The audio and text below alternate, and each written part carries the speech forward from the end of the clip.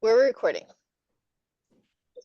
Good evening, everyone, and welcome to the March 27, 2025 Amherst Zoning Board of Appeals meeting. My name is Everett Henry. I am the acting chair of the Amherst Zoning Board of Appeals. The chair notes the time is 6 p.m., and I call this meeting to order. We'll begin with a roll call. Philip White. Present. David Sloviter. Here. Mr. Craig Meadows. Here. And Ms. Hilda Greenbaum. Here. A quorum is present. Also attending the meeting tonight is Ms. Jacinta Williams, planner for the town of Amherst. And I do see Ms. Tamora on as well. Pursuant to the Chapter 20 of the Acts of 2021 and extended again by Chapter 2 of the Acts of 2023, this meeting will be conducted via remote means. Members of the public who wish to access the meeting may do so via Zoom or by telephone. No in-person attendance of members of the public will be permitted, but every effort will be made to ensure that the public can adequately access the proceedings in real time via technological means. Additionally, the meeting recordings may be viewed via the town of Amherst's website and YouTube channel. If you wish to make a comment, please indicate so by raising your hand or clicking the raise hand button when the public comment is solicited. If you have joined the meeting via telephone, please indicate you wish to make a comment by pressing *9 on your phone. When called on, please identify yourself by stating your full name and your town affiliation. Please put yourself back into mute when you have finished speaking. Residents can express their views for up to 3 minutes or at the discretion of the Zoning Board of Appeals chair. If a speaker does not comply with these guidelines or exceeds their allotted time, their participation will be disconnected from the meeting. In accordance with the provisions of Mass General Laws, Chapter 40A and Article 10, the special permit granting authority of the Amherst ZBA, this public meeting has been duly advertised and notice thereof has been posted and mailed to parties at interest. Zoning Board of Appeals is a quasi-judicial body that operates under the authority of Chapter 40A of the General Laws of the Commonwealth for the purpose of promoting the health, safety, convenience, and the general welfare of the inhabitants of the town of Amherst. One of the most important elements of the ZBA bylaw is Section 10.38. Specific findings from this section must be made for all of our decisions. All hearings and meetings are open to the public and are recorded by town staff. The procedure is as follows. The petitioner presents the application to the board during the hearing, after which the board will ask questions for clarification or additional information. After the board has completed its questions, the board will seek public input. The public speaks with the permission of the chair. If a member of the public wishes to speak, they should do so by raising their hand on their screen. The chair, with the assistance of the staff, will call upon people wishing to speak. When you are recognized, present your name and address to the board for the record. All questions and comments must be addressed to the board. The board will normally hold public hearings where information about the project and input from the public is gathered, followed by public meetings for each. The public meeting portion is when the board deliberates and is generally not an opportunity for the public comment. If the board feels it has enough information and time, it will decide upon the application tonight. Each petition heard by the board is distinct and evaluated on its own merits, and the board is not ruled by precedent.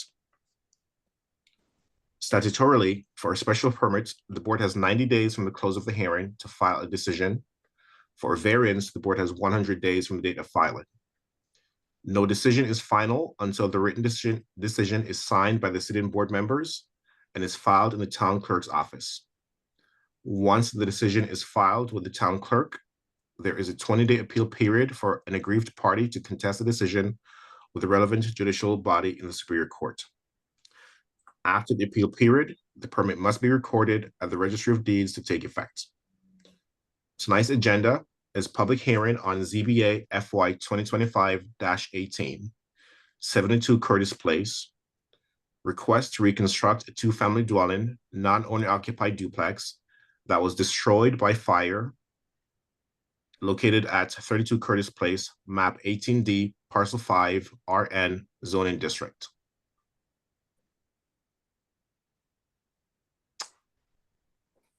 who represents 72 Curtis Place? Hi, good evening. For the record, I'm Rob Levesque from R. Levesque Associates. Also on Zoom this evening is Mike Bowen from our office. And I believe, although I don't see him, I believe Alan St. Hilaire, property manager, is also potentially on. I just do not see him. And before we begin, does anyone have anything to declare about any of this petition before the board? Any of the members have any conflict or anything they wish to disclose?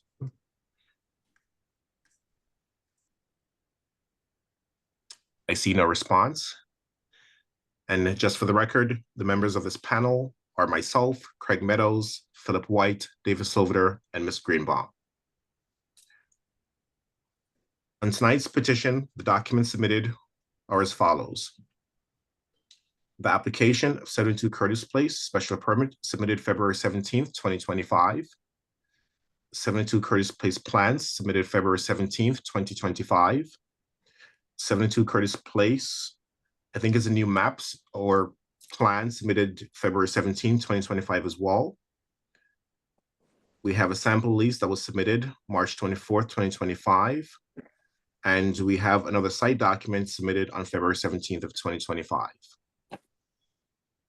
We had a site visit that was scheduled on Monday. Myself and Ms. Greenbaum attended the site visit along with Ms. Williams. Ms. Greenbaum, do you want to say anything about the site visit?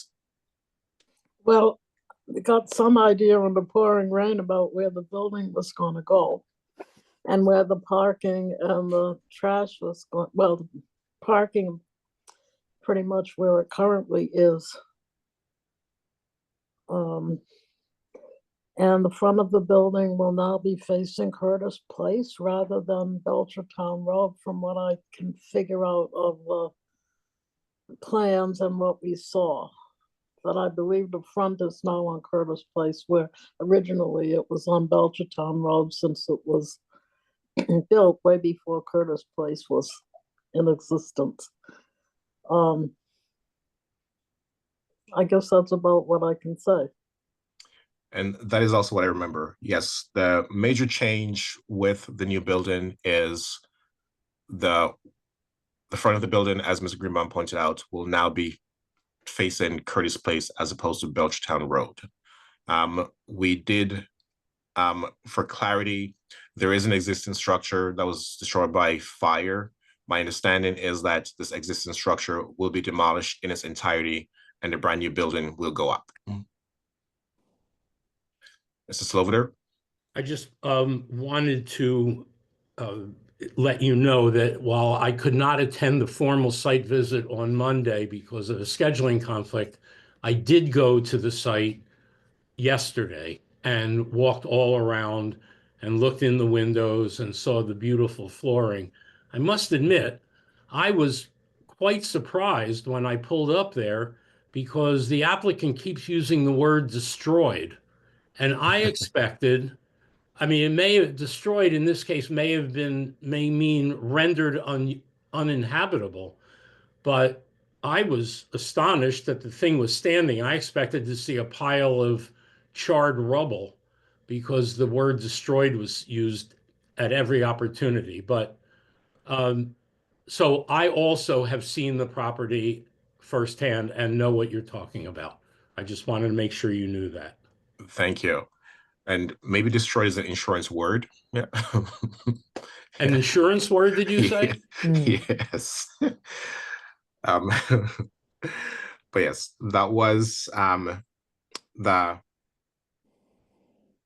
essentially the site visit, as Ms. Greenbaum pointed out. So, Mr. Chair, Ms. yes. Greenbaum has her hand raised. Ms. Greenbaum, yes. I just wanted to say that that house is a lot older than it appears to be on the record card. It clearly was a Greek revival building built between 1830 and 1840, and it had very nice woodwork on the inside. And one of the things I did ask at the site visit is if they could please recycle some of the existing woodwork in the building, woodwork doors in the building to replace it. etc. Just to have some remnants of what the farm building was on that site. Curtis Place was built from the acreage of that farm, which was owned by the Bundy family.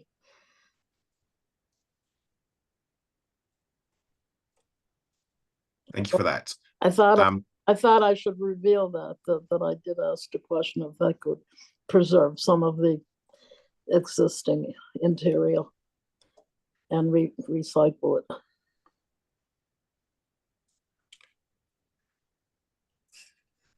Mr. Levesque, you are representing the applicant, so Yes, sir. we will hear from you. And if you have anyone else you would like us to hear from, we'll do so at this time. Thank you. So again, for the record, Rob Levesque, also with me, Mike Bowen, both from R. Levesque Associates, 40 School Street, Westfield, Massachusetts. We're here this evening representing Larry Hansen for the proposed rebuild of a two-family structure at Curtis Place, as you had mentioned, under section 3.3211 of the Town of Amherst bylaw. When a property is damaged by fire, the idea of rebuilding it is obviously something that a pre-existing non-conforming structure, there's provisions for that. In this particular case, we're in the RN zoning district. The RN zoning district requires 26,000 square feet. We have 23,229 square feet per the survey.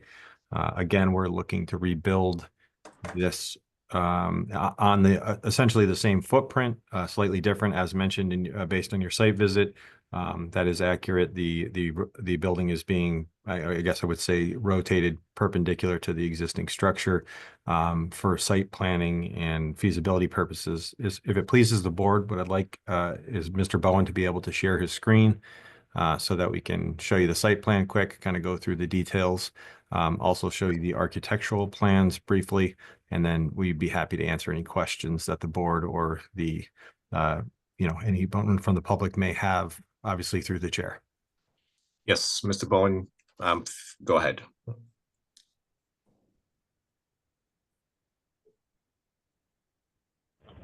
Okay, you guys should be able to see my screen now, right? Yes, I can see. Okay, so a quick run through the site. You have the driveway coming in off the existing curb cut, reaching the parking area. And there was a question about the light poles. I saw in the staff report questioning if they were dark sky compliant. They confirmed that they are. We have the sidewalks, 2 sidewalks leading up to the entrances of the building, separated by a bike rack. In the front, we have the trash enclosure, a 4-foot screening fence to screen the barrels. In the backyard, we have porches, small porches for each side, small concrete pad for the HVAC units, the bulkhead door to the basement. On the south side of the parcel here is a proposed rain garden. So that is sized for the difference in impervious area from the existing to the proposed site. The existing utilities are being utilized. The water service from Belchertown Road is being utilized for the proposed house, along with the sanitary sewer line, and also the electric, which will also be from Belchertown Road. If you guys have any questions, I'll be happy to answer those.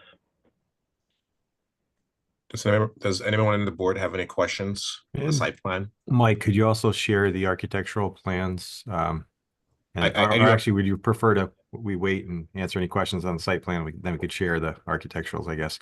Yes, please. And I have a question on the site plan. So when we were there, I think that was also pointed out that the trash enclosure will be in the front. You're flipping the building, and now the trash will be in the front. Are there no opportunities to move it away from the front of the building? Yeah, we could consider doing something like that. Yeah. I'm sorry. I could speak to that if that's helpful. So operationally, we are working with the property manager, and operationally, they were anticipating that based on pickup and also convenience for the owners, it made sense to have them in a hidden area directly adjacent to that front walkway where they can be easily accessed through a gate. So the intent is for those to be completely screened, but albeit located in an area that is accessible not only to maintenance staff. As you can imagine, if folks are coming around the back of the building, it's a little bit more of a private area. So the goal was to try to make it operationally feasible, but also screen from the neighbors. And we have the parking lot and the vehicles that will be parked in the parking lot. We have the screening as well as the bike rack and whatnot in front. So I think it'll feel it's again residential in character. It's not a commercial pickup situation. Recycling and other refuse. The thought process was that is the most logical, so that it's not impacting the privacy of the residents. I think that's the thought process. Not to say we can't look at it, but that just so you understand the thought process. And so that was also part of the heart of my question too, because you're not thinking of commercial dumpsters. You're thinking blue or black trash pickups like, the average person would have. Exactly. The plastic, rolling, canisters, containers, or they're rolling containers, easily moved in and out of this, enclosed area that would be screened. There's also an opportunity for, foundation plantings in the front of that, screened area, which, will be by the owner, but, likely be, landscaped so that this area is nestled between the two decks, hidden well, but easily accessible. And how far from the structure do you anticipate that this trash bin / would be? It would be just a few feet off of the front of the structure itself. But again, just a rolling container residential container that you would see in most municipalities. And in concert with the new parking lots, where would that be in relationship to the parking lots? So Mike, if you could use your cursor just as I explained. So it would be the refuse areas right directly in the front of the building. I would just to give you an estimate of dimensions, we probably have 6 feet from the fence at the front of the canisters. We have approximately 6 feet to the sidewalk, approximately another 6 or so feet of sidewalk with the bike rack there. We have an area for vehicles to be able to turn around. I'm going to say that's approximately 10 feet. And then the 9 by 18 parking spaces with 4 of them that before we get to the throat of the driveway, so to speak, working our way out to Curtis Place. Okay, so if I'm looking at this and understanding correctly, it is the building, the trash, and then the parking. Yeah, the building, the trash, then a 4-foot stockade screen fence, planter, then the bike rack / sidewalks, then a bituminous area for the parking, and then the parking area, and then back out to the out the driveway, so to speak. Okay, thank you. I see Miss Greenbaum has her hand raised. Yes, I have 2 things. I would like to know why you are not using the existing there was shelter-like thing just north of the parking lot that been adequate for years and years, rather than putting the trash right in front of the house, which is not a residential to me. Well, I won't go into that now, but I want to know why you're not using the existing structure that was for years the place where the trash cans were kept. That's number 1. Number 2, I was having a real hard time going through the various plans to figure out what was north, south, east, and west. You don't have north, south, east, and west on this plan here. Belchertown Road pretty much is the east and west, so I couldn't tell what was the front of the building and what was the back of the building, so that, that to me is confusing. I can help with that through the chair. I could answer those questions. Yes, please. So in the upper left-hand corner of our plan, there is a north Oh, arrow.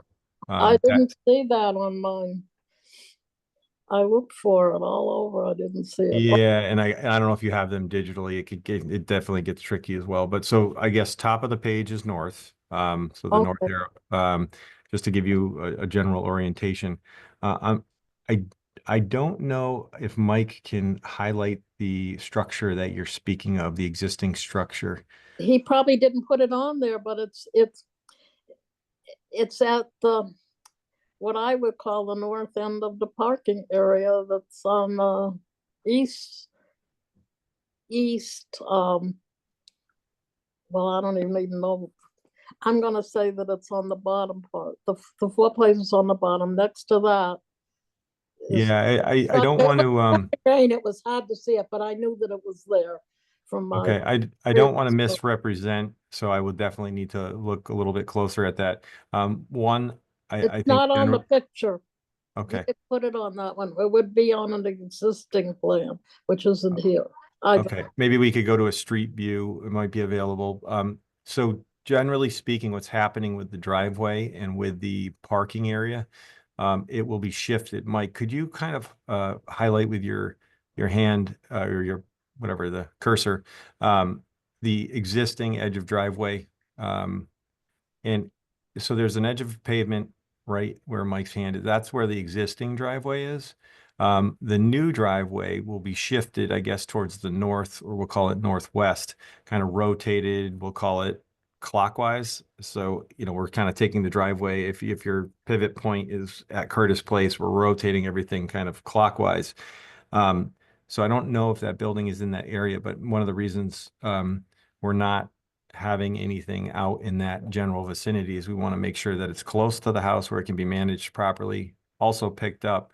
And then in a perfect world, as far away from the neighbors as possible, as far away from the street as possible, so that there's minimal impact in that it's, utilized and maintained right near the entry to the buildings.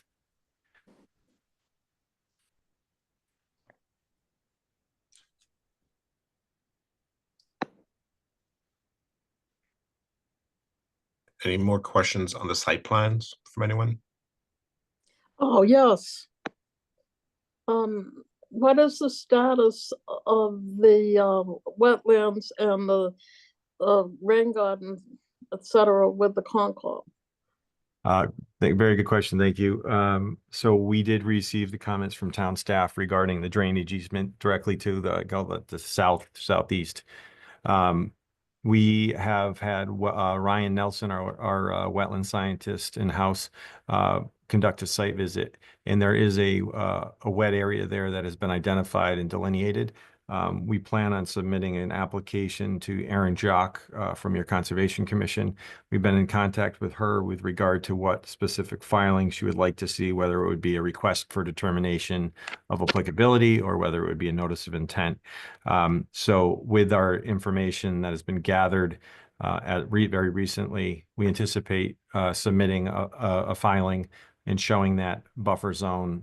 We are not in a wetland resource area. We're a fairly decent distance from the resource area. However, we will update our mapping to show that, and we will be filing at the very least a request for determination, but more than likely a notice of intent with the Conservation Commission for work in the buffer zone to that resource area.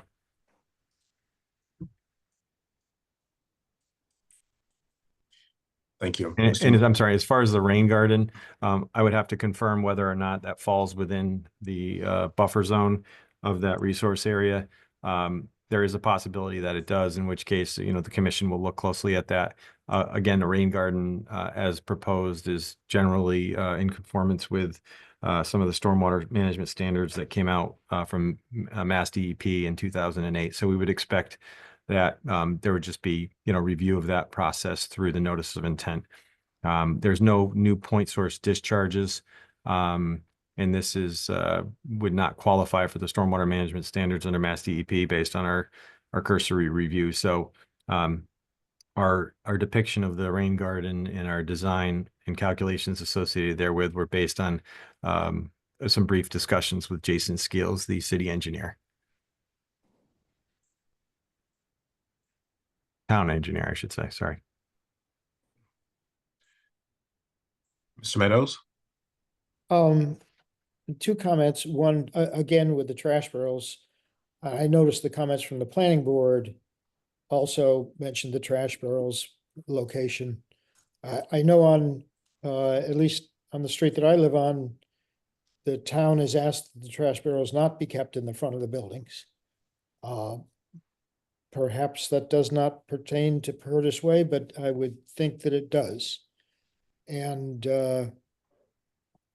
would like the comments from the town regarding the location. Secondly, most of the plans that we've been seeing lately have a permeable surface for the roadways and the parking areas. Do you have a problem having a permeable surface for there? No, sir. So gravel or millings of some sort, provided that it, provides reasonable access. We don't have I don't think the proponent has an issue with that.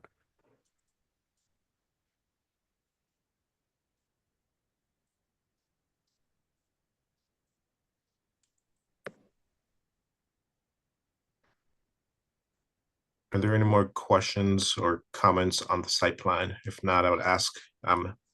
Bowen to continue. Yep. Oh, here we go. So here, if you can still see my screen, we got the first floor plan here. I don't know if you guys have any questions regarding these. These were done by a third party, but I can kind of take you through. Bedroom on the first floor, living area, standard kitchen area, dining area. Second floor, 3 bedrooms per unit on each side here, and bathroom as well. So if you guys have any questions on that.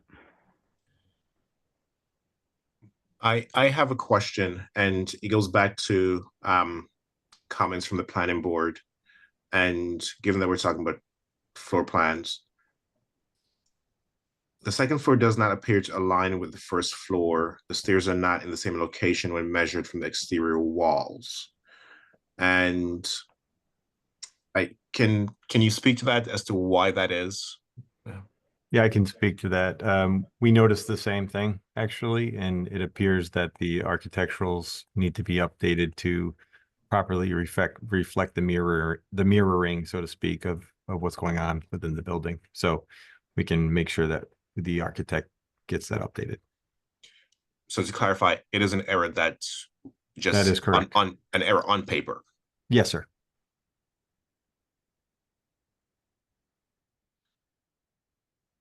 And the other comment was that this new architecture and structure does not appear to resemble any of the homes in the neighborhood.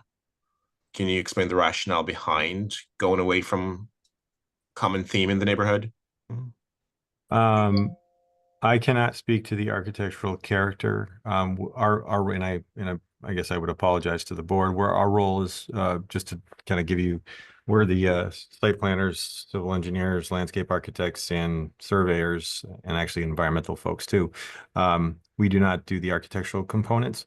I believe this was based on, just generally speaking, was based on other buildings that the owner that they have and that they've been successful with. Fairly straightforward build, side gabled roof. From an architectural character standpoint, our role was not to investigate existing or mimic existing architectural components. that would be a different a discussion with a different consultant. So I apologize that I can't answer that in a more comprehensive manner. But in general, I think this is, form follows function. So I think this is very functional for the owner. I guess if there were architectural components or concerns, including, I guess, some of the use of restored or salvaged products from the existing structure, we'd certainly share those comments with the proponent and see what we could do to answer those questions for you. So I understand when we did the site visit, Mr. Hanson said he may be late. Ms. Williams, by any chance, is he here? No, he's not, but I am bringing in his property manager. You should see him shortly. One moment. Okay. While you do that, I saw that Mr. Slovita has his hand up. Yes, I just observed that one of the problems perhaps with the staircase alignment and the design, if you go to the second floor, if Mr. Bowen could go to the second floor is not a mirror. The first floor is mirrored, but the layout of the second floor is not flipped and mirrored the same way that the first floor is. So that may be part of the problem. I don't know for sure, not being an architect.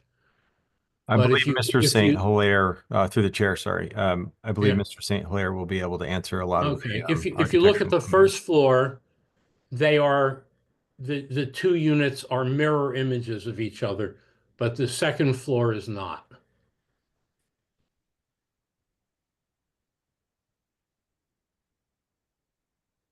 Yeah, the fact that the bathrooms are not aligned first to second floor is going to present a problem.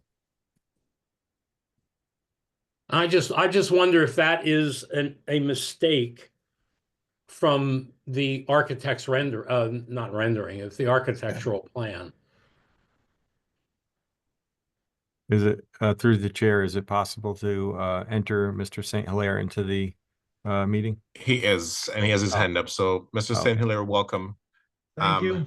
I'm not sure how much you heard, but we have some concerns about some misalignment on what is presented. Can you speak to the plans? I can. So thank you, Mr. Chair. And I have been listening and fervently trying to get in. So I'm glad that I'm finally in and able to participate. So yes, there are some things that need to be clarified on these plans, some dimensions that need to be cleaned up. But the overarching theme is that we have, a duplex with 4 bedrooms on each side. And I think that what we'd like to see tonight is a decision that is acceptable and we can clean up these plans. And, if they need to be mirrored to match the downstairs, we can certainly do that. But yes, there is some cleanup that needs to happen with that. The footprint of the building will remain the same. The fact that it's 2 stories will remain the same. So I think that, maybe taking one step back and just seeing the fact that it's 2 4-bedrooms on either side of a duplex will suffice.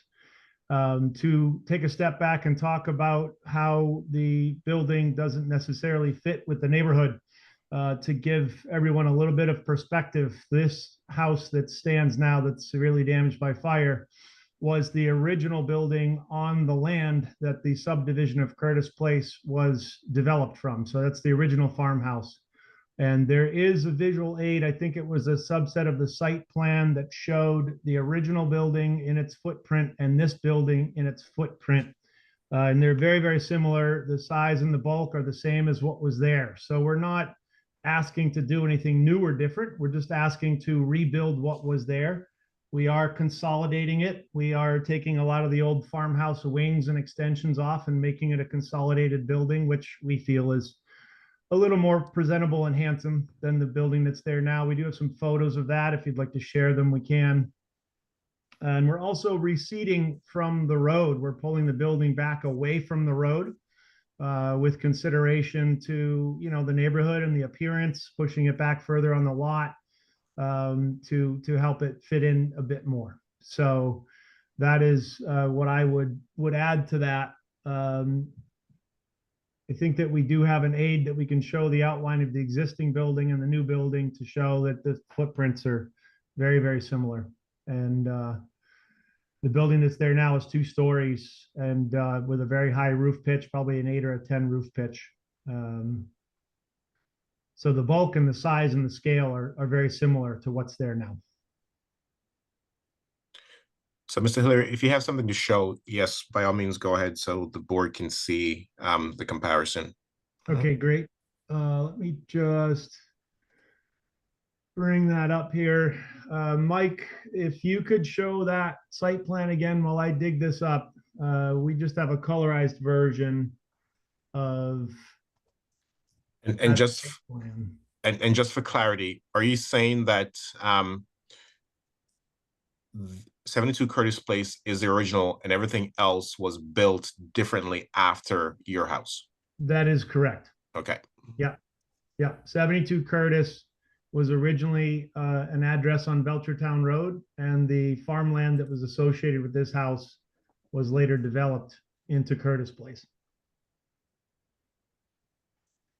All right, so let me see if I can share this.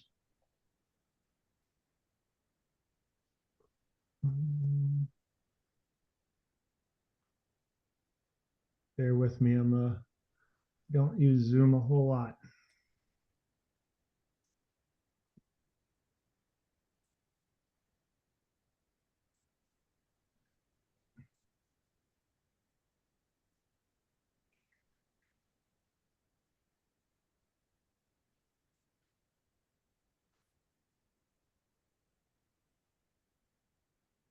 Do I have the ability to share screen, or is that another permission that I need? Ms. Williams? You have the ability to share, Mr. Okay. St. Hilaire. It's the green button that says share at the bottom of your screen. Okay, got it. Thank you for that. Mm-hmm.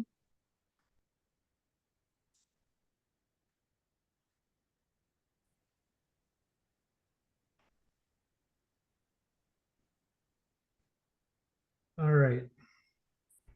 Is it showing on your screen now? Yes. Yes, I can see. Yeah. Okay, great. So the red outline is the existing building footprint. It's a 2.5-story building with a significant footprint, and the green outline with the gray fill is the proposed structure.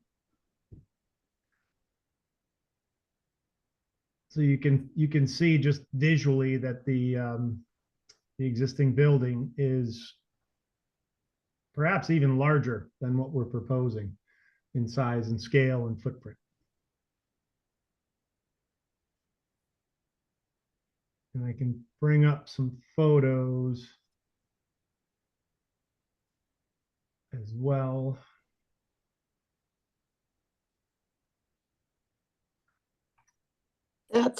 That was the dumpster in that picture.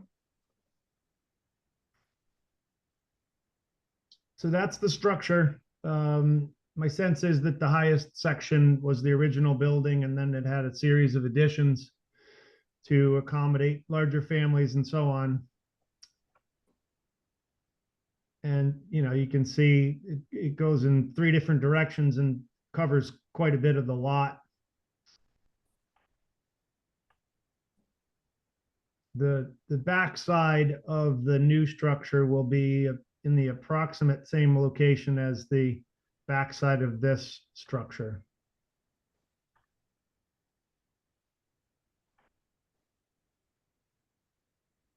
And we are also, this corner closest to Curtis Place is much closer to the neighbors, Jeff and Paula, than it is proposed to be in the new structure. So we really tried to be conscientious of positioning the building as far from the neighboring properties as possible.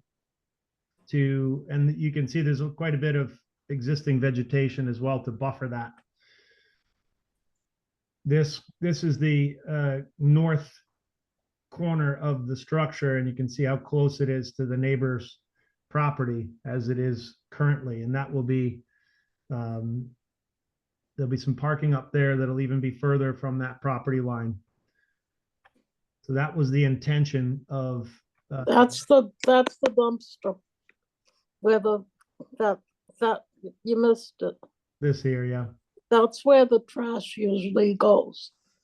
I can speak to that. Our experience with those is that they're so low, you can't open the lid on the bin. So the user pulls the bin out, puts the trash in, and then they don't always get returned to the bin. So that being out in the far corner of the yard is much closer to the abutter than our proposed location. We kept it close to the house so that it was most likely going to stay there and not be left out in the side yard or out near the street. And to answer an earlier question about, keeping the bins away from the public way, we as a management company have a service through the trash collection that is driveway service. So those bins will be collected right where they are. They won't leave that location. So there won't be a responsibility that perhaps gets done or does not get done to bring the bins to the curb and back. They get serviced at their current location, which we find is the most successful approach for a property like this because it's one less variable that we have to worry about. It's covered by a professional trash service.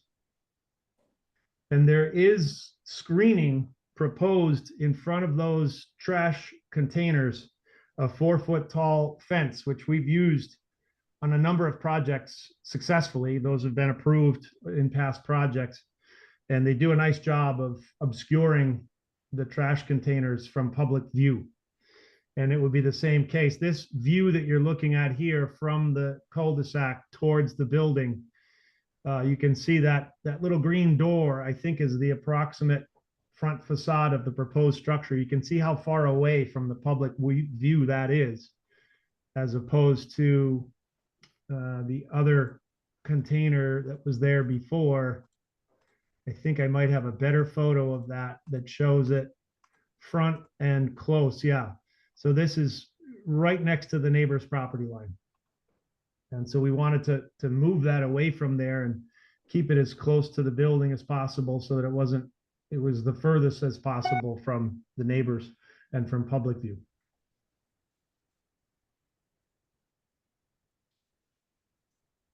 If I may ask a question and then other members can ask a question. So if I understood it now, the back of the house would be Belchertown Road, yes?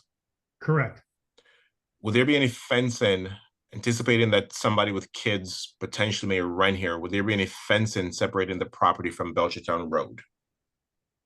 We're not proposing fencing, but there is a thicket there. There's some natural bushes, so it's pretty impermeable. I think I have a picture of that, which I can jump back to here. Yeah, this along here, all of this shrubbery is a natural buffer to keep pedestrian traffic and also to screen the building from Route 9. So there are no plans to do anything with the trees there? No, we were going to keep them and maintain them so that they screen the building from the public way. Thank you. You're welcome. Do any members of the board have any questions? I do see Ms. Greenbaum's hand.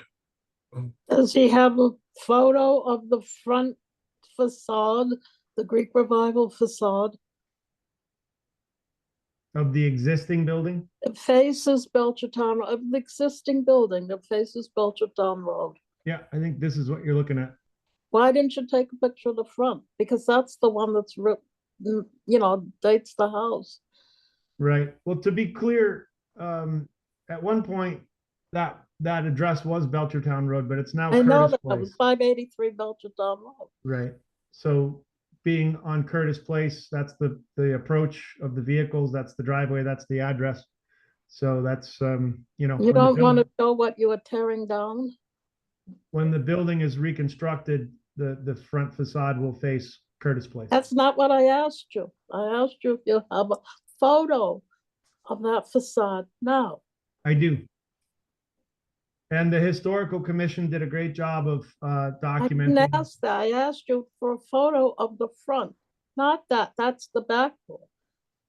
The Belchertown Road side.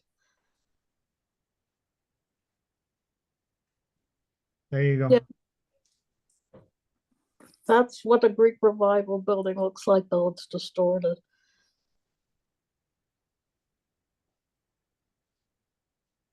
Take note, please, of the decor on the front.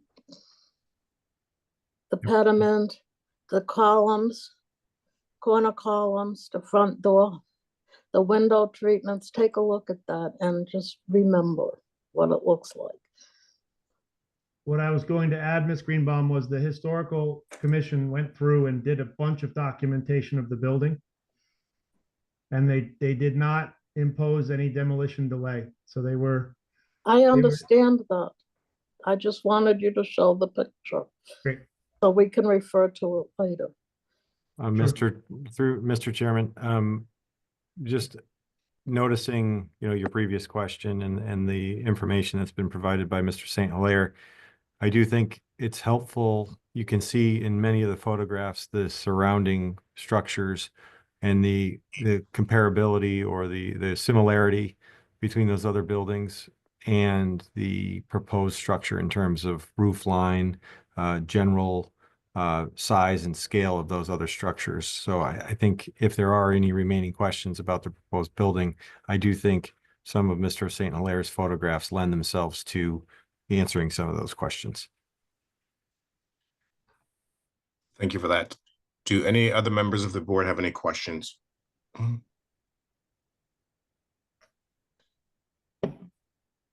I think Mr. Bowen can continue with his presentation unless. Mr. Chair.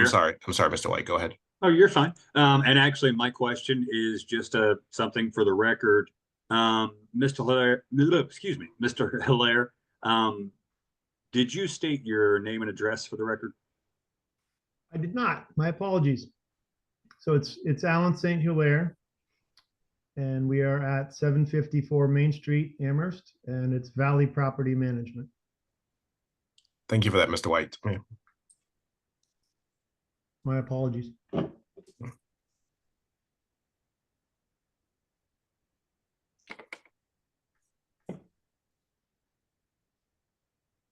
I don't know that Mr. Bowen has a lot to add. We certainly would be happy to answer any questions you have through the chair. I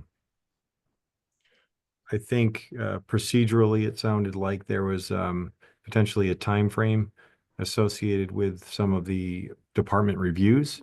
Also, we obviously have the conservation component that we're dealing with. So I'd be happy to talk about any remaining questions or procedure from here on out. Do members of the board have questions for the applicant? Ms. Greenbaum, is your hand raised? Yes, it is. I Okay. lost connection for a while there, but I'm back on. Is there a landscape plan? That's our usual requirement, is a landscape plan. Alan, do you want to talk, generally speaking, about the approach related to the landscape plan and the communication with the neighbors? Sure. Yeah. So I believe there should be a section of the site plan that shows the existing conditions and the proposed building, and perhaps let me see if I can find that on my end.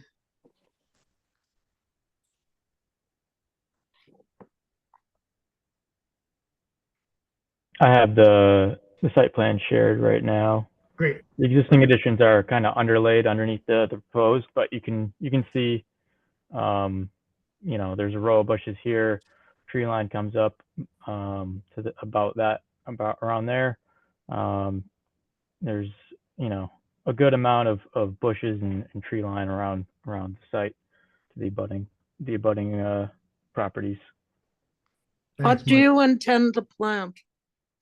What I'd like to add, and I'll answer your question in a moment, Ms. Greenbaum, but what I'd like to add to what Mike said is that the neighbor to the north, the applicant, the property owner, Mr. Hanson, has had a number of discussions with, because we like to include their input. And they're happy with what's there. There is a row of bushes that run the property line and trees that run the property line now. They didn't feel the need to add anything more for the purposes of this request, for the zoning special permit request. So you have nothing planned around the building, nothing new? We do not have any foundation plantings, no. With the way that the buildings are constructed, with the decks and the storage areas and everything being as compact as it is, there is not a lot of extra space for plantings. To be honest, in our experience with management, those plantings can oftentimes be areas that collect, litter that may blow through the neighborhood, and they can grow weeds, and they take a lot of upkeep. So to have it clean and neat and be able to mow it and string trim it results in a better kept property in our experience. One question I forgot to ask is, why are there no windows on the second floor bedrooms? They're huge rooms with small windows only on the south side. Why are there not more than that? Mike, if you could bring up the second floor plan. That- Yeah, go back to that facade. There's a number of large windows on the second floor, actually. You can There's see them. only two for a room that's the whole width of the house essentially. But there's also windows on the opposite side of the building. But that's in a separate room. Right. Well, It was a comment that the planning board made. right. Why is there nothing on that bedroom? That they're let in more natural light was a comment the planning board made. On the north end of the building, one of the I don't know north from south on these pictures, Okay. frankly, but on the gable ends, why are Right. there no windows on the second floor? And that's a point that the planning board brought up. I'm happy to speak to that. One of the considerations with the neighbor, which this facade directly faces, was privacy.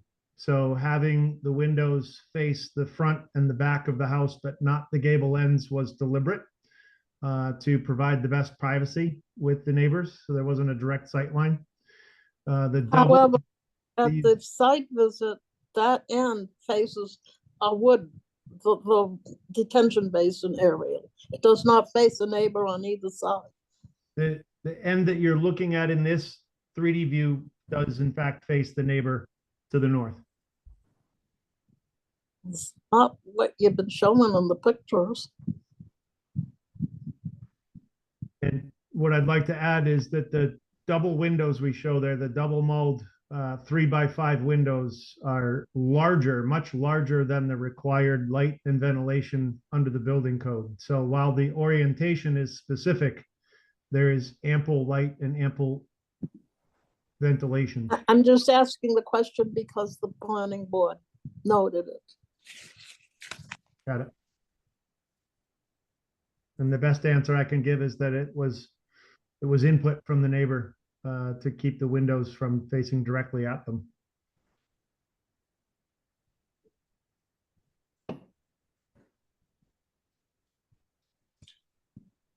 Mr. Meadows?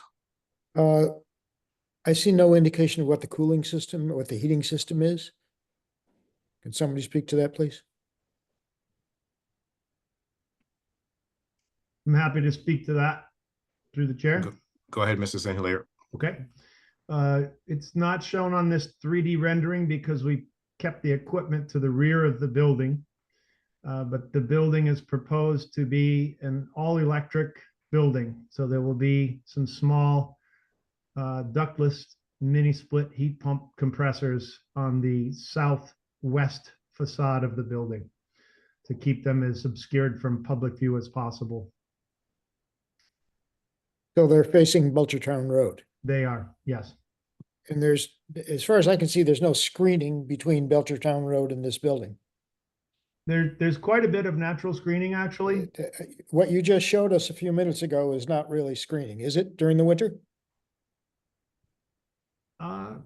It still is a significant visual block. It doesn't have leaves, but I can bring the photo back up if we'd like to look at that again.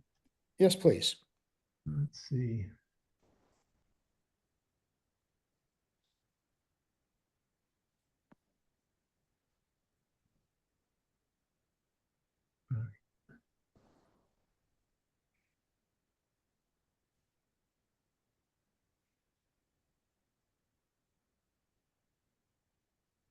this is what we currently have.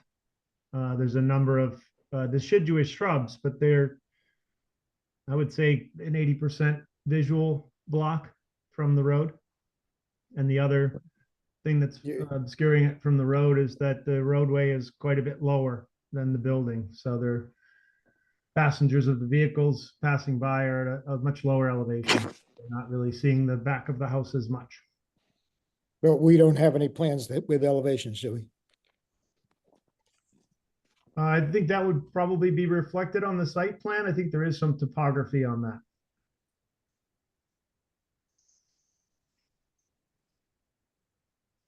But if, you know, if the board feels strongly that we need a little bit more screening behind those HVAC units from Route 9, certainly could put something up, a small fence. We tend to find fences more reliable than vegetation, which cannot always survive, and as you're mentioning, can often drop leaves and not grow at the rates we expect them to grow. Right now, there is an exterior compressor on the north side of the house, which is much more visible to the neighbor. You can see that here. There are some shrubs there, but we wanted to relocate that. Again, our primary focus was the neighbors on Curtis Place. But if there's also, you know, some consideration to screening those AC units from Belchertown Road, we could do that. Can we see the plan with the elevations, please? Yes.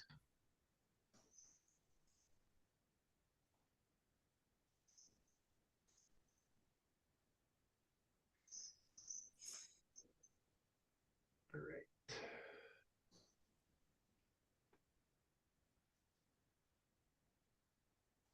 So this elevation would be the one facing Belchertown Road. And that is a graphical representation of where those two compressors would go. And the scale, you can see that they're, you know, perhaps half the size of the back door. So they're not big hulking commercial units. They're pretty sleek.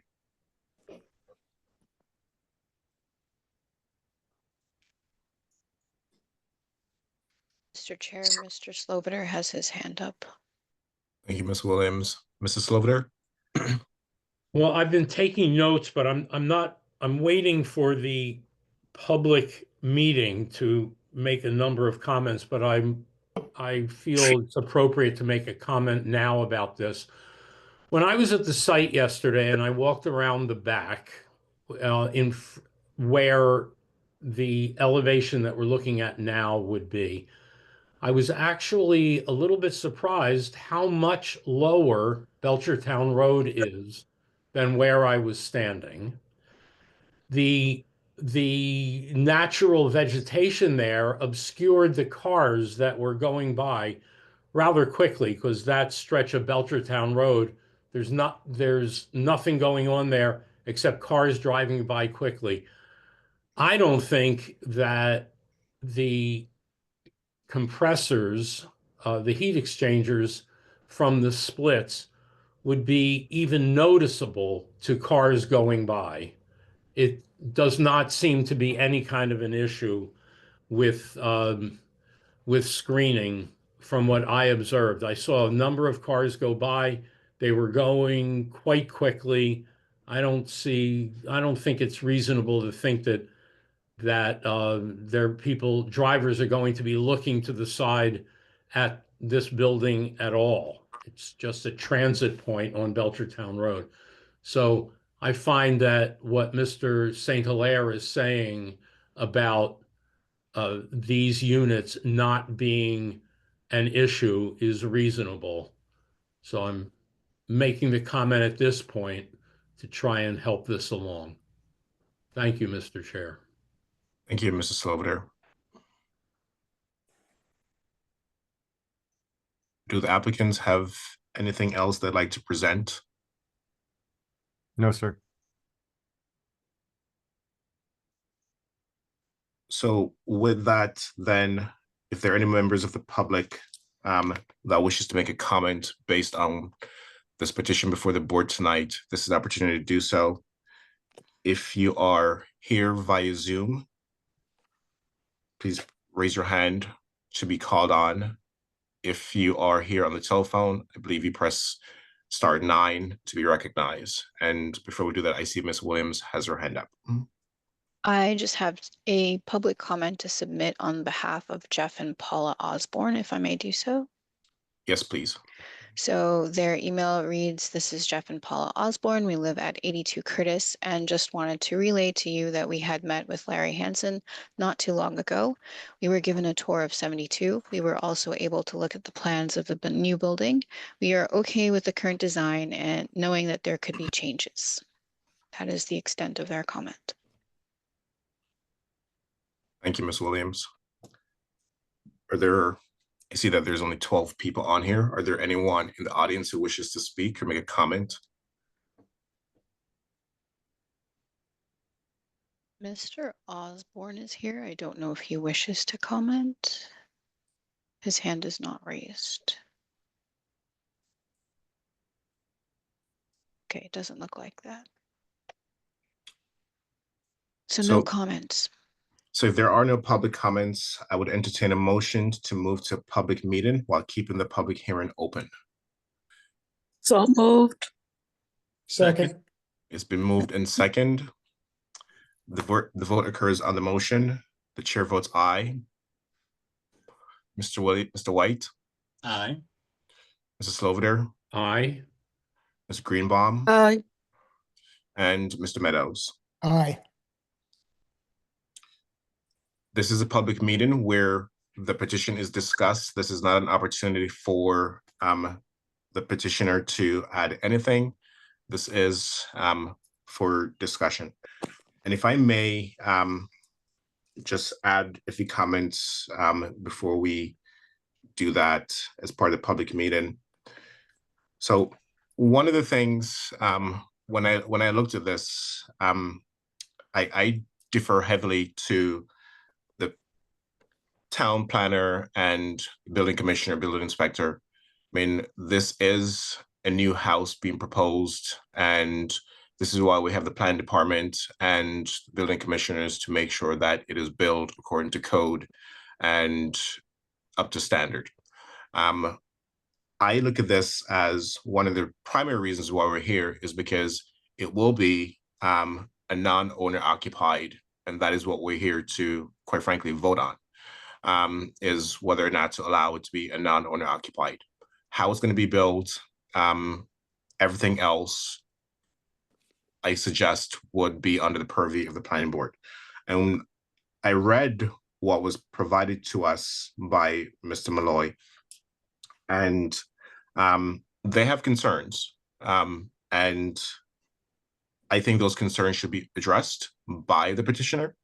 I think there are things that were recommended on there. I hope that was shared with the petitioner, because again, there are things on there that they have concerns about, and given that I largely think this is within their purview, I would only be comfortable supporting given the special permit if those things are addressed by the petitioner. And I will reserve time and have other members weigh in.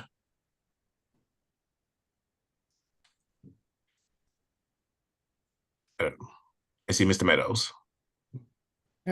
I have to say, I don't feel at all confident in voting on the intent of a project. It's obvious that the plans are flawed. It hasn't gone in front of the Conservation Commission yet. There are a number of issues that the planning board wanted to see addressed. And I don't think it's wise for us at this point in time. We would never vote otherwise on an incomplete set of plans. And I don't think we should do so now. I certainly won't.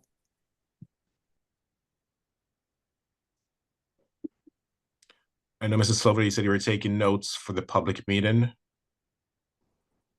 Yes, I was going to comment on it, on some things that Mr. St. Hilaire had presented. I agree with Mr. Meadows that with plans that are not fully accurate, that's a problem. I'm looking at what's on the screen now. I felt that in spite of what Mr. Malloy has questioned here, he suggests that the trash seems in an odd place. I actually found the trash container explanation to be reasonable. If it is properly screened and not visible from the street, I don't have an issue with that. The architecture of the house is indeed simple. It doesn't resemble any of the other homes in the neighborhood, many of which, if I remember from driving through yesterday, were one-story ranch homes. But I don't find that the new building is a substantial change in character from the current building, which is architecturally large and odd and has added on elements. So I don't find that the design of this building, especially the way it is situated on the lot and sitting way back from where the current building is located, I think that that is reasonable. And also, if the lack of windows on the gable end of the second floor are not there in to some degree to accommodate the neighbors and the privacy issue, that also struck me as reasonable. You're working with a site plan and with existing neighbors and trying to accommodate them. Actually, I'd like to ask Mr. Hilaire, I suppose, I don't know who I'm asking. The current, until the fire, this was not owner occupied either, was it? Is that a change? It is not. You So are it was correct. it was a 2-unit building, or it was not owner occupied. So that's not a change. It's not going to be owner occupied. Was it managed by the same management company? Yes, sir, it was and it is. Okay. All right. So other than the plans not being accurate, and I agree with Mr. Meadows that we can't vote on something because they say they're going to fix it. It needs to be fixed. I think that a lot of the explanations that I heard tonight were essentially reasonable in accommodating the existing situation. So I don't have problems with a lot of what Mr. Malloy has suggested, with the possible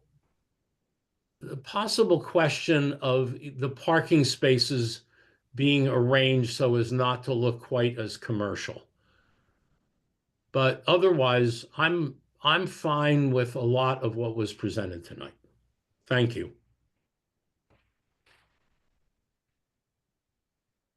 Any other members of the board that has?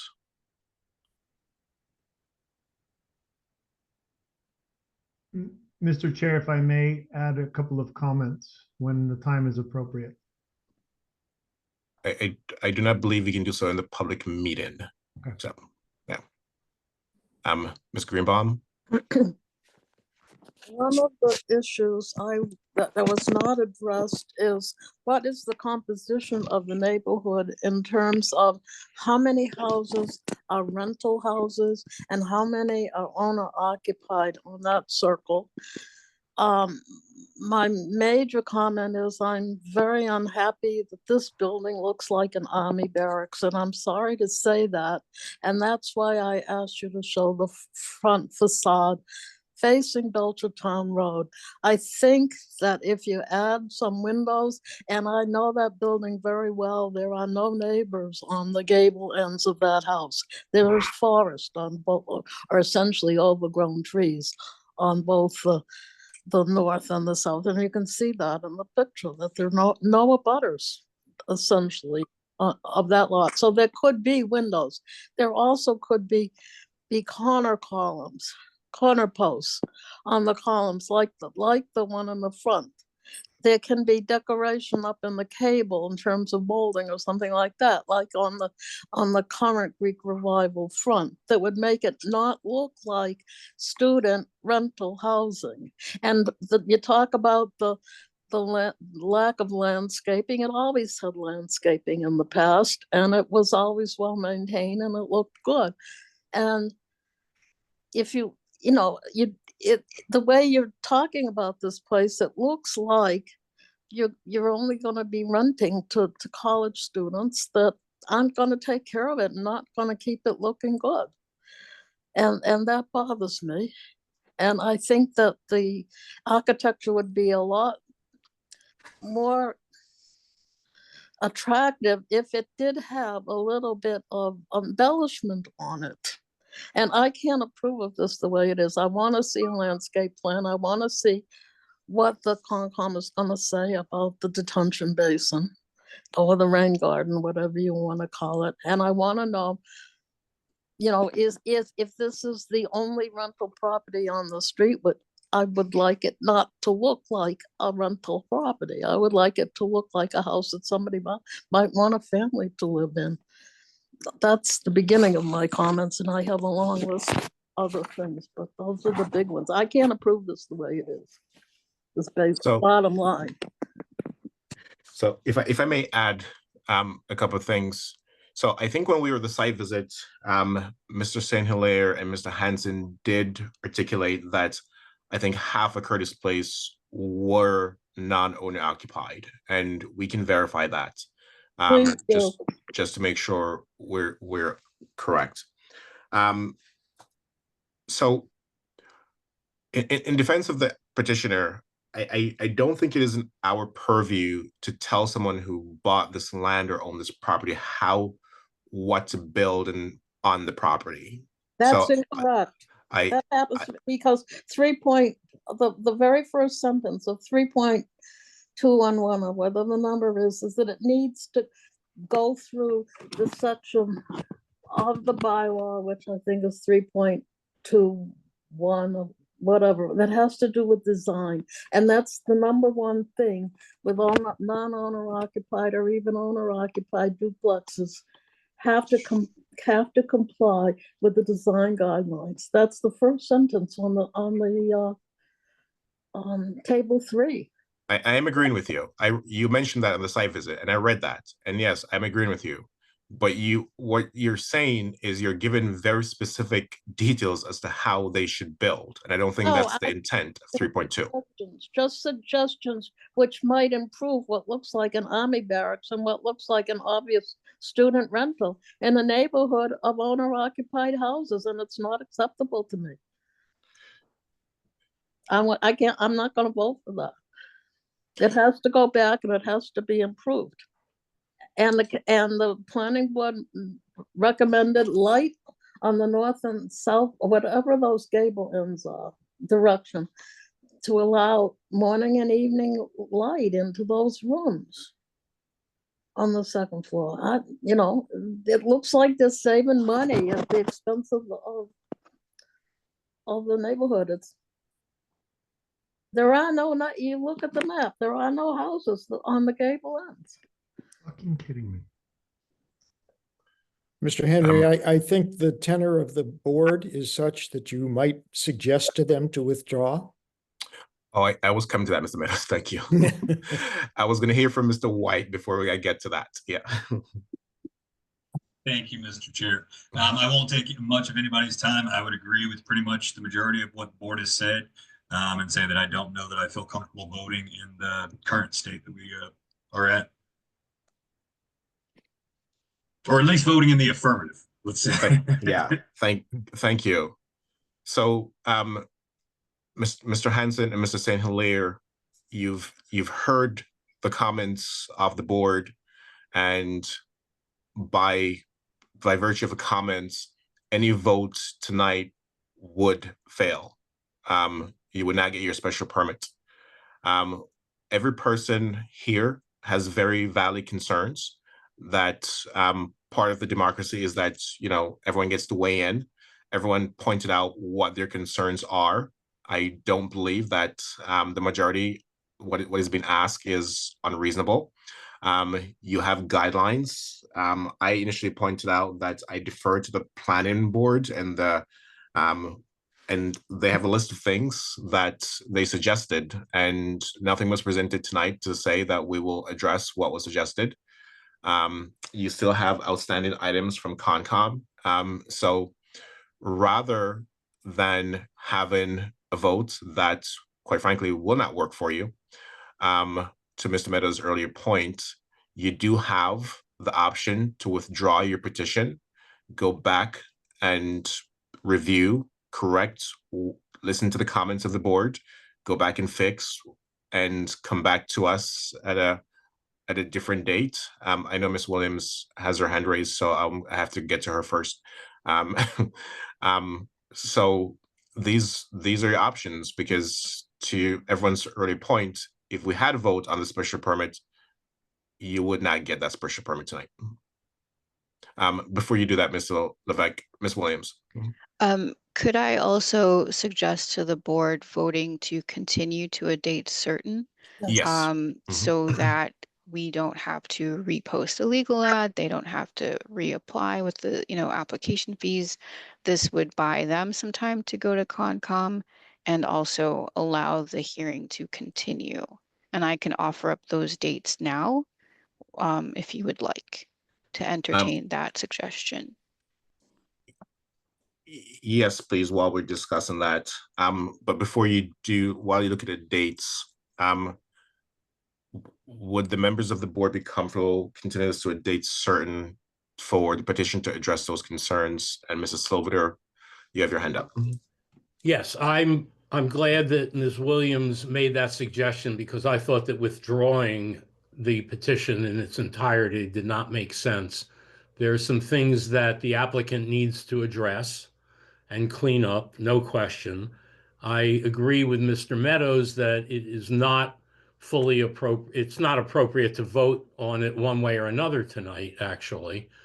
And Ms. Williams' suggestion to just continue it to a date certain gives everybody time and will simplify the process. So if you're looking for a motion, are you looking, Mr. Henry, are you looking for a motion? I will in a few seconds. Let's hear To from continue? Yeah, let's hear. If you are looking Yeah. for a motion to continue this to a date certain, I would be honored to make that motion. Let's hear from Ms. Greenbaum first. Yes, Ms. Greenbaum was going to make the same suggestion as Ms. Williams made. The best thing to do is to continue it rather than withdraw, because, you know, he does have the right to rebuild the building. We just don't like the way he's doing it. So I will second the motion. Before we do that, if I may suggest that Ms. Greenbaum said that she had a long list of other items, and I think it's only fair for her to tell Oh, what that list is. You got as the well as Mr. one. Slover, so that they can address those. all right, I'll Same go time. through my list. We don't want you to come back and then get a new set of Yes. items. Thank you, Mr. Meadows. Yeah. Do I have the floor? Yes, you do, Ms. Greenbaum. Okay. The detention bond we talked about, the 3.321, the appearance and the footprint, et cetera, are not necessarily in compliance with 3.321. It doesn't look like anything in the neighborhood right now. Let's see. Oh, I was asking what is the surrounding neighborhood, and we sort of you know, what are some of the houses and what do they look like, and the landscaping of them, and et cetera. The landscape plan I talked about.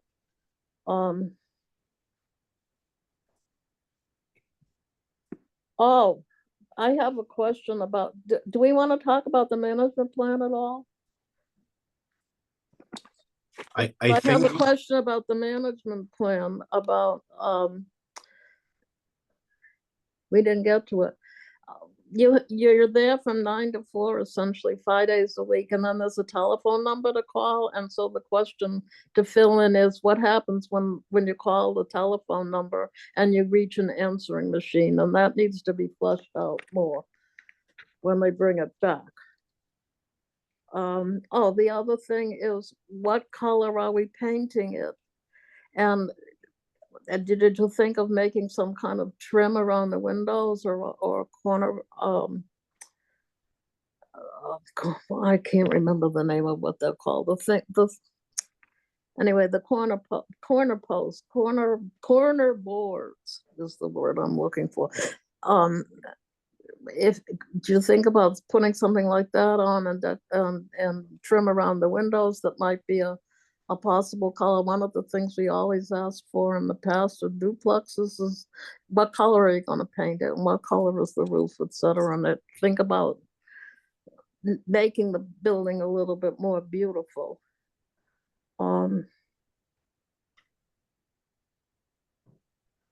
That's essentially, I guess we've covered everything else, and the map of what the neighborhood is like. Since it has to fit in the neighborhood. You got most of them now. And I seconded the motion to continue to a date certain. But did we give the date? Did you give a date? No. not yet. I think I do have to do a formal on the record. So I would entertain a motion to continue this hearing to a date certain, to give the petitioner a chance to address the board's comments. Mr. Chair. I'm sorry, go ahead, Might Ms. I Williams. interrupt? You actually have to name the date, otherwise this will completely fall and we'll have to start all over again. So if I could suggest the dates first, then you guys can tell me if those will work, and then you can pick that date and we can go from there. Okay, Could I chime in Mr. for Levesque. 2 seconds, Mr. Chairman? yes, Thank you, sir. So I just like to reiterate that, or explain that we fully intended that, or understood that tonight's hearing would need to be continued based on the review. I believe there's some additional review time frame available to the town departments. I think it was a 35-day time frame. We will be pursuing the permit with the Conservation Commission. I would expect that to take a little bit of time. So as you guys are considering a continuance, which we fully expected and appreciate, and will address the comments and questions of the board in the time provided to us, we would just want you to be thinking in general about the fact that we do have the conservation. So as Ms. Williams is providing those dates, I just want to make sure we're considering the time needed to address to get through the conservation process, at the very least, you know, to get to a public hearing, and assuming that you're looking for that approval prior to making or rendering your decision. so if I'm understanding you, you need a longer date than a shorter date.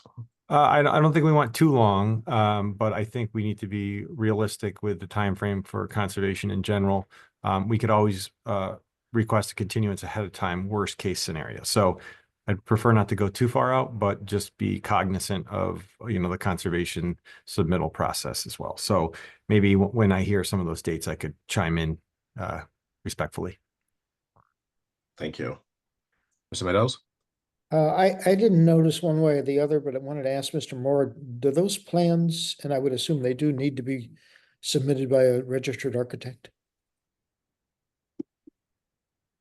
No, they do not. 1 and 2 family construction does not need to have, a professional designer preparing the construction drawings. Okay, thank you. Mr. St. Hilaire, you have your hand up. I do thank you.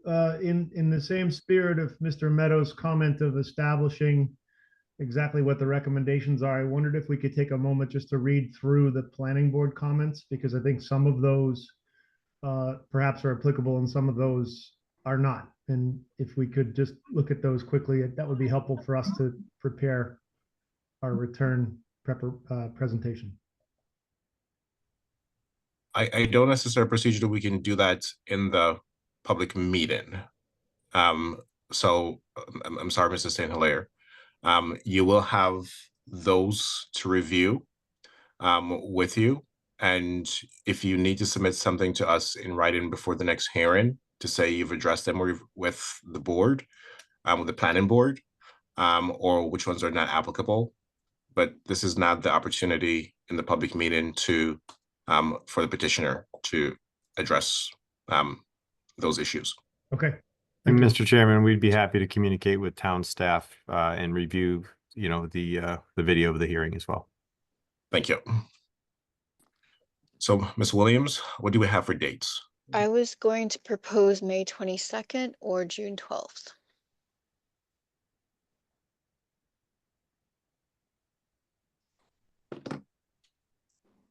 I'm sorry, did you say May 22nd? Yes. I think it's realistic to think that we could get on the conservation docket.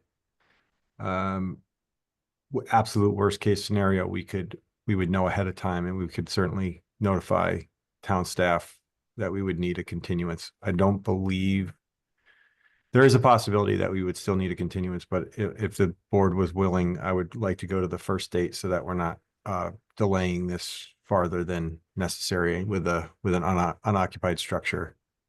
We respectfully request the first date.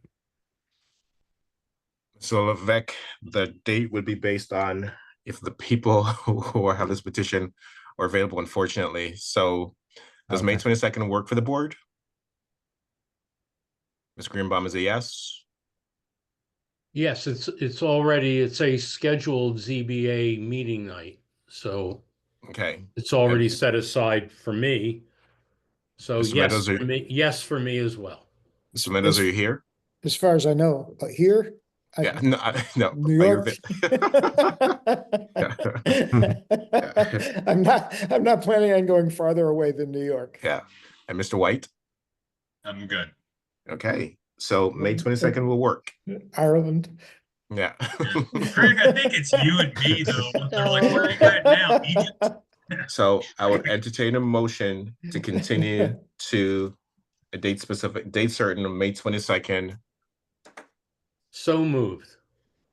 And Second. the vote occurs on the motion.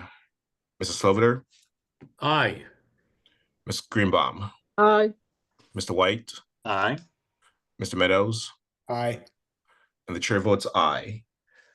This petition is continued to May 22nd. ZBA FY 2025-18.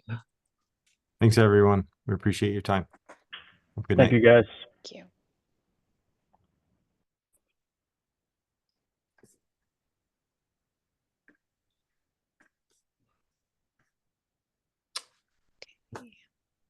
Are there any other business, Ms. Williams, not anticipated within the last 48 hours? No, I don't have anything at the moment other than to just say if we can talk about the schedule, that would be helpful. Yes, please. Okay. One moment.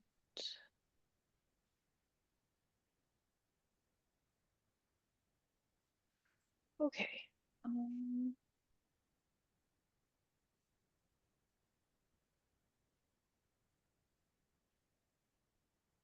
So we've just continued Curtis Place to 522. And part of the reason I chose that was just because I wanted to make sure all the panelists would be here and no one would be absent. Regarding the 24th, but before I get to that, the 10th, we have a very full plate that evening. We've got 2 items under public meeting and then 2 under public hearing. So 120 Belchertown And 28 Greenlees will be coming back under public meeting. And then Shutesbury Solar and 63, 65 Salem will be on the public hearing side. I will just send out an email to remind everybody of who's on which panel. You should remember that, but I will just jog your memory. Please jog our memories. Yeah. So that everyone Yeah. shows up. That would be Yeah. great. On the 24th, Mr. Henry is out, but I will also be out. So I don't have any petitions for that evening. So I don't know if we wanted to entertain a motion to maybe cancel that meeting or not meet. But there's nothing, but you said there's nothing on schedule for the 24th? That's correct. But if there's nothing scheduled, do we have to have a vote to cancel it? I mean, Steve's not here, so I would just make it official. Unless you want to keep that meeting date open, Mr. Sloviter has. Yeah, I think we should cover ourselves by having a motion to cancel the meeting because the meeting right now is officially scheduled. And I suppose if something came up, then there could be an expectation that we would be available. Yes. And we probably would be better to have a motion to just kill it. If it's Well, not kill killed, it. it's not available. Yeah. So I between all of the complications, including that nobody wants to talk to us that night, I propose that we cancel I make a motion that we cancel the meeting on April 24th. Where did Miss Greenbaum go? I don't see Miss Greenbaum. No. Yeah, she's gone. Second, Yeah. Can we do this with 4 people? I think we can. We right? can. We can. You need 4. You need Okay. 4 affirmative Nobody votes else hang up. to carry Yeah. it. So nobody else jump ship on this. I feel Okay. like this is just. So, yeah. The chair, yeah. So the Okay. motion is to cancel the April 24th meeting date. The chair votes aye. Mr. White, Aye. Mr. Meadows, I, and Mr. Sloviter. Aye. The the vote is unanimous. The April 24th meeting date is canceled. Thank you. Thank you.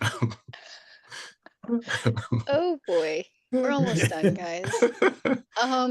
There's nothing scheduled right now for May 8th, but we can definitely put 72 Curtis on here and for the 22nd. And then just a quick plug while I'm typing this in. If you haven't already reached out to the CRC, if you are planning on continuing, your term is not expiring and you want to continue, please do so.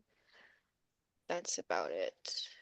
are we not likely to have one of those, at least one of those petitioners from the 410 run over? I mean, we're never gonna get done with all of that in one night. 28 Greenleaves is going to be there to present the updated like landscaping, lighting, parking and management plan for approval. Hopefully that does not take too long because it's just a public meeting. So we're not expecting public comment. And then 63, 65. They're the ones that have the request to withdraw, but there will be public comment from like the parents of the students who live in the house, and maybe like a couple other things. Shutesbury is the one that might take the longest and would be the one most likely to be continued. Is it Shrewsbury Solar? Mm-hmm. I think, yeah. So, Mr. Meadows, were you thinking that we would want to leave something open, or I wasn't Well, following? it looks to me like we have a number of places open right now, Mhm. but it all depends upon whether Steve is going to be coming back to do Shutesbury Solar. No, he's not. So, and you will get this email sent to you. Let me make a note so I don't forget. So the applicant finally submitted their request to withdraw via email, so I will forward that to you. They're not going to continue. They're going to have to withdraw and then come back with a new application. Are you Okay. talking about Shutesbury Solar? Yes. Mhm. Okay, Okay. so they're going to withdraw, so they're April 10th. Their schedules for April 10th, that if they're withdrawing, that doesn't sound like they're going to take a lot of time. They shouldn't, but we don't know how many people want to comment from the okay. public because the public Okay. has not had a chance to comment yet. So we are going to give them the opportunity to do so at that Okay. meeting. Okay. Thanks. So it still could be a very long meeting. Doesn't sound Potentially, like it. but Well- let's be positive. Any good thoughts? Let's not manifest a long meeting, Well, thank you. Mr. Meadows. He was positive. He's positive it's going to be a very long meeting. Yeah, that's true. That's true. I Okay. don't know. Why don't we just see how it goes? I agree. Yeah, Very good. Okay. Yeah. okay. Thank you for the information. You're welcome. And that's what we have so far. If other people, and by other people, other applications ever do finally get things lined up for themselves, this will fill in. But at the moment, this is what we're looking at right now. Okay. Thank you. Okay. So before I get to a motion to adjourn, may I ask that you make sure the petitions for 72 Curtis has Ms. Greenbaum's comments in writing? Sure. Yes.